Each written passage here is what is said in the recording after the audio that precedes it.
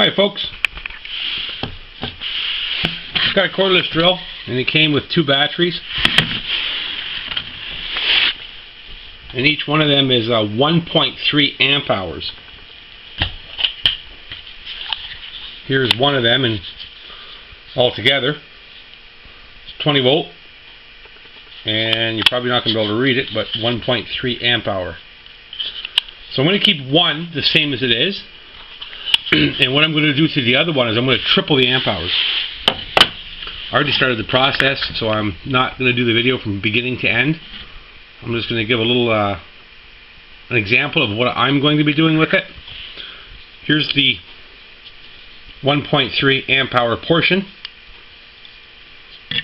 There's a little tag here. It's got a button on it. It tells you the state of charge it's in. You push the button and it lights up.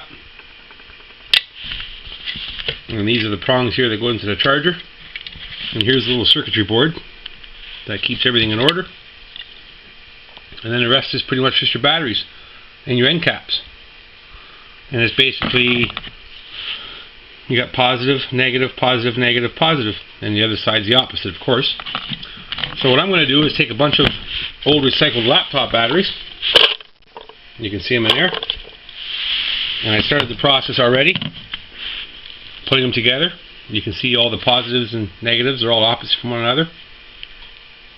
On the one row, that is. And then on the next row it's the same. And then it's going to be identical to there. So what I need to do yet is wire all these together so I can get my 20 volts. And then wire all the banks together. So I'll be going like series and parallels. So I don't want to increase past 20 volts. I want to keep it at 20 volts. So when the battery does deplete itself, drain itself, I can place it in the same charger and it'll charge it back up. So what it's going to look like is something like this. Here's the bottom portion of it. And this here will go back in place like so. The reason why I'm not going to do it on video, I'll show everybody, because whoever wants to attempt something like this, they're going to have to figure that part out by themselves. They can. If they're mechanically inclined, have any kind of ability to them, they'll be able to work it out, so they don't really need to see me do it. If they don't have that inclinedness to them, or that crafty part to them, well, again, do some research, study it, and learn it for yourself. I'm not your teacher, and I don't plan on being your teacher. Learn for yourself, this way you know it. So that's how it's going to look.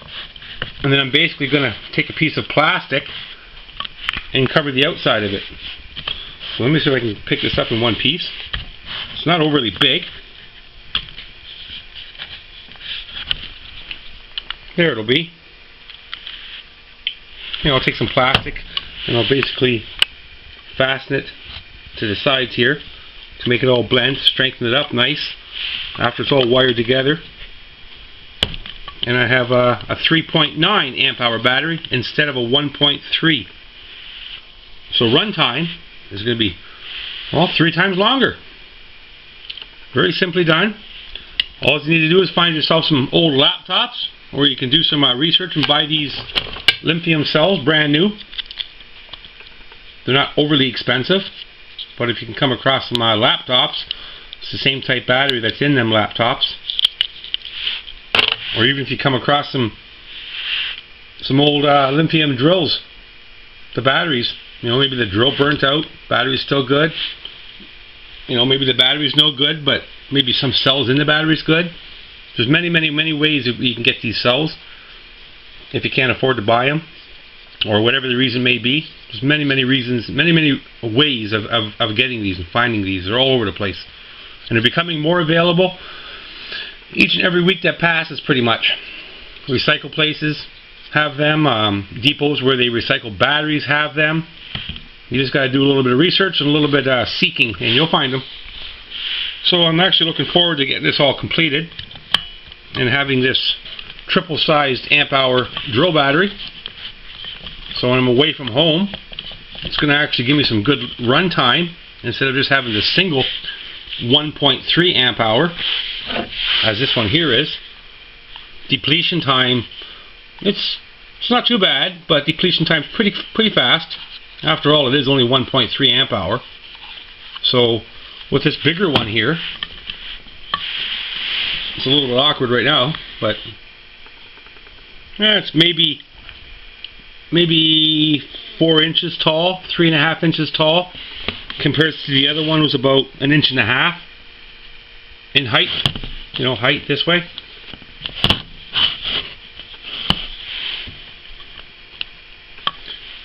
I don't believe they even sell these bigger than 1.3 amp hour. And if they did, I don't imagine they'd be very cheap. So doing it myself ends up saving me a pile of money. And I can put that money somewhere else, of course. So you get the idea, folks. If you don't, you know, learn it. This way, if you have a problem with it down the road, you can figure it out yourself. You can sort it out yourself, and you'll be able to repair it yourself. Dangers are always in play. You know, when you're tinkering with stuff like this, there's no avoiding it. There really isn't. You can be as safe as you want, but there's still dangers that you can encounter. So just be ready for those dangers. That's about all you can do. You know, sometimes one of these may explode in your hand. It might blow your finger off. What can I say? You'll be missing a finger. That's about all I can tell you. Might even happen to me. Playing with these might blow one up, blow 2 of my fingers off. Not sure. But I'm going to continue. Take the chance. You know, if I lose a finger, well, I guess I lose a finger. And I won't have that finger to use anymore. That's right. But I'm going to proceed and end up with a triple size